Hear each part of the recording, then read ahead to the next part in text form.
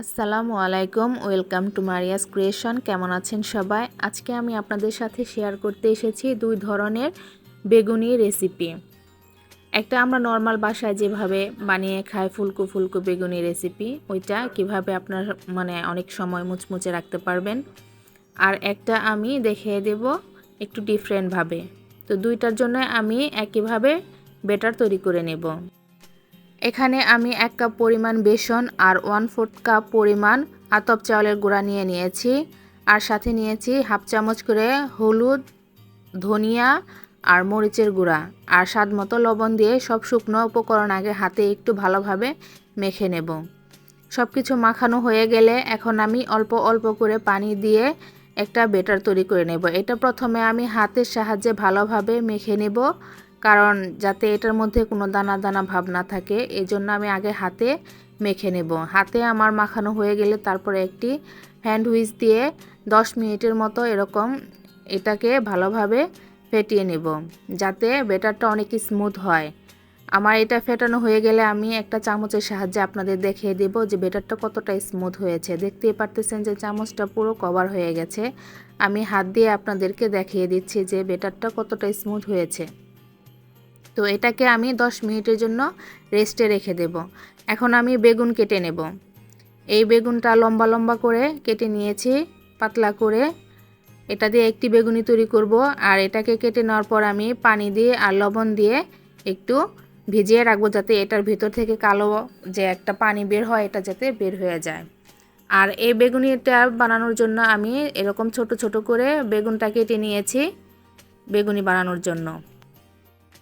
এখানে আমি 200 গ্রাম পরিমাণ মাংসর কিমা করে নিয়েছি। এটা মুরগির বুকের মাংস।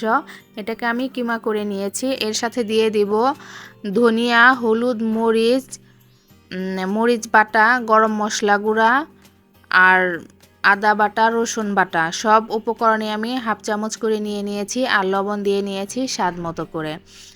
সব কিছু এখন দিয়ে দিব। দিয়ে দেওয়া হয়ে গেলে এখন আমি এখানে দিয়ে নেব 2টা মাঝারি সাইজের পেঁয়াজ কুচি দেওয়া হয়ে গেলে এখানে আমি 1 প্যাকেট, ছোট প্যাকেটের 1 প্যাকেট টমেটো সস দিয়ে দিব আর 1 চামচ পরিমাণ সয়া সস দিয়ে দিব।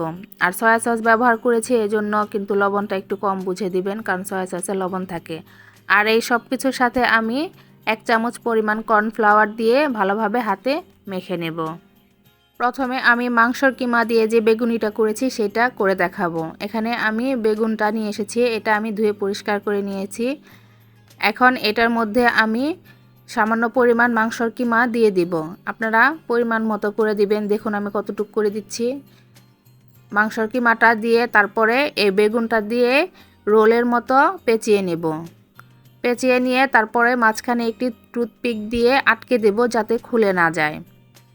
দেখতেই পারতেছেন আমি কিভাবে করছি। এটা কঠিন কিছু না, দেখলেই বুঝতে পারবেন, একদম সহজ। আমি সেমভাবে আরেকটা করে দেখাচ্ছি। দেখুন খুব সহজেই কিন্তু করা যায়, খুব কঠিন কিছু না। একইভাবে আমি সবগুলো বেগুনি তৈরি করে নেব। এখন আমি বেসনের যে ব্যাটারটা রেস্টে রেখেছিলাম ওটার সাথে হাফ চামচ পরিমাণ বেকিং পাউডার দিয়ে ভালোভাবে মিশিয়ে নেব। দেখুন আমি রেস্টে রাখার পরে কিন্তু ব্যাটারটা আরও ঘন হয়ে গেছে। এখন আমি এই ব্যাটারের মধ্যে বেগুনি ডুবিয়ে তারপরে ভেজে নেব। আমি প্রথমে হাত দিয়ে চেষ্টা করেছি, তারপরে ভাবলাম যে হাতের চাইতে চামচের সাহায্যে করলে হয়তো বা বেশি ভালো হবে, তাই আমি চামচের সাহায্যে চামচ দিয়ে ডুবিয়ে তারপরে চামচ দিয়ে উঠিয়ে ভেজে নেব। এখন আমি কড়াইয়ে পরিমাণ মতো তেল নিয়ে গরম করে নিয়েছি আর একটা একটা করে বেগুনি বেসনের মধ্যে ডুবিয়ে তারপরে কড়াইয়ে দিয়ে দিব। আর এই বেগুনিগুলো একটু ডুবো তেলে ভাজার চেষ্টা করবেন, তাতে বেগুনিগুলি সুন্দর হবে। তো আমি একটা একটা বেগুনি দিয়ে ভেজে নেব উল্টে পাল্টে। আর এই বেগুনিগুলো একটু সময় নিয়ে ভাজার চেষ্টা করবেন, যাতে ভিতরের কিমাটা ভালোভাবে কুক হতে পারে।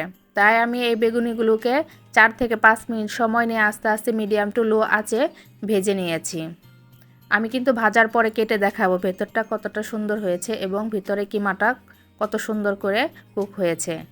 এখন আমি একইভাবে সবগুলো ভেজে নেব আর দ্বিতীয় বেগুনিটা তৈরি করে দেখাবো। একই ব্যাটারের মধ্যে আমি বেগুনি ভালোভাবে ডুবিয়ে তারপরে ডুবো তেলে ভেজে নেব। দেখবেন কিভাবে ফুলকো ফুলকো হয় বেগুনিগুলো। আমি একইভাবে সবগুলো বেগুনি ভেজে নেব। দেখতেই পারতেছেন আমার বেগুনি কিন্তু ফুলে গেছে। আর সবার বেগুনি একদম মানে সুন্দর হয়, আর আমারগুলো কেন যেন হাত পা ছড়িয়ে দেয় বেগুনি ভাজতে গেলে, মানে ভাত পা বের হয়ে আসে বেগুনির মধ্যে থেকে। তো যাই হোক, বেগুনগুলো আমি সবগুলোই ডুবো তেলে একইভাবে ভেজে নেব, এবং বেগুনিগুলো কিন্তু দেখতে ফুলকো ফুলকো হবে আর অনেক সময় ক্রিস্পিও থাকবে আতপ চালের গুঁড়া দেওয়ার কারণে। তাই চালের গুঁড়াটা অবশ্যই দেওয়ার চেষ্টা করবেন।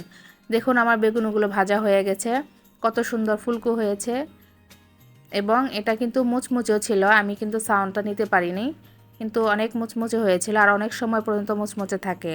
আর আমি যে আগে বেগুনিটা করেছি কিমা দিয়ে, একটা বেগুনি আমি কেটে আপনাদেরকে দেখিয়ে দিচ্ছি ভিতরটা কত সুন্দর হয়ে কুক হয়েছে। তো আমার এই ভিডিও যদি ভালো লেগে থাকে অবশ্যই একটি লাইক এবং কমেন্ট করে দিবেন। আর এমন সব মজাদার ভিডিও দেখার জন্য আমার চ্যানেলটিকে অবশ্যই সাবস্ক্রাইব করে রাখবেন। ভালো থাকবেন সবাই, আল্লাহ হাফেজ।